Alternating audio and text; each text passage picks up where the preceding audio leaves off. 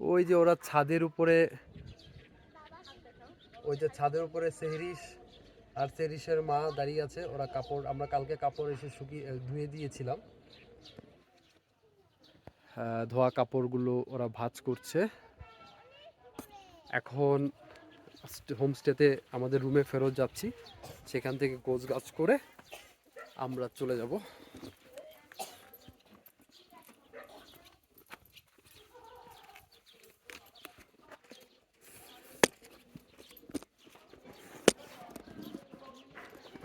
আচ্ছা, এখন আমরা এখান থেকে আমাদের গোছগাছ করে আমরা চলে যাব।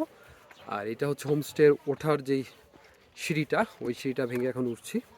বেশ কয়েকটা সিঁড়ি উঠতে হয়, প্রায় 20-25টার মতো সিঁড়ি হবে।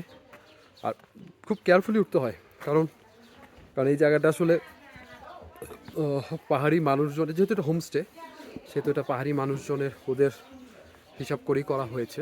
আমরা যারা সমতলের লোক, না আসলে 20-25 না, আরও বেশি সিঁড়ি, পিছনে প্রায় 20টার মতো সিঁড়ি রয়েছে, সামনে আরও বেশ কিছু আছে। আবার এই সিঁড়িটা ধরে একদম যদি চলে যায়, এই বাম পাশে একটা ছোট পকেট গেট আছে, এই পকেট গেট দিয়ে হোমস্টেতে ঢোকা যায়। অথবা এই সিঁড়ি দিয়ে যদি চলে যাই, তাহলে হোমস্টের যে মেইন গেট আছে সেই মেইন গেটে যাওয়া যায়। একটু হোমস্টের ভিতরে দেখাই।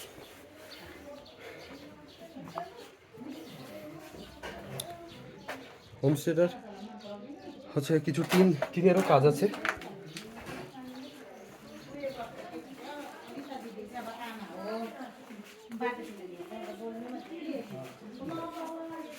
এটা হচ্ছে ডাইনিং রুম। এখান থেকে গিয়ে আবার এদিক দিয়ে উঠতে হবে।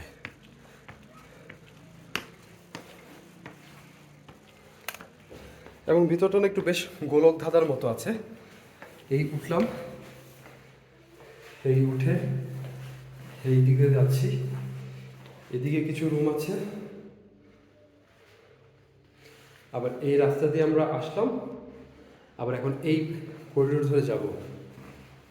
করিডোর ধরে গিয়ে এই যে এখানে সিঁড়ি আছে, এই সিঁড়ি দিয়ে আমরা এখন উঠছি। এই সিঁড়ি দিয়ে উঠে এই আমরা চলে আসলাম ছাদে। এটা মূলত ছাদ বাগান, তো দেখে বোঝার উপায় নেই। বেশ সুন্দর, ছিমছাম গুছানো, পরিষ্কার।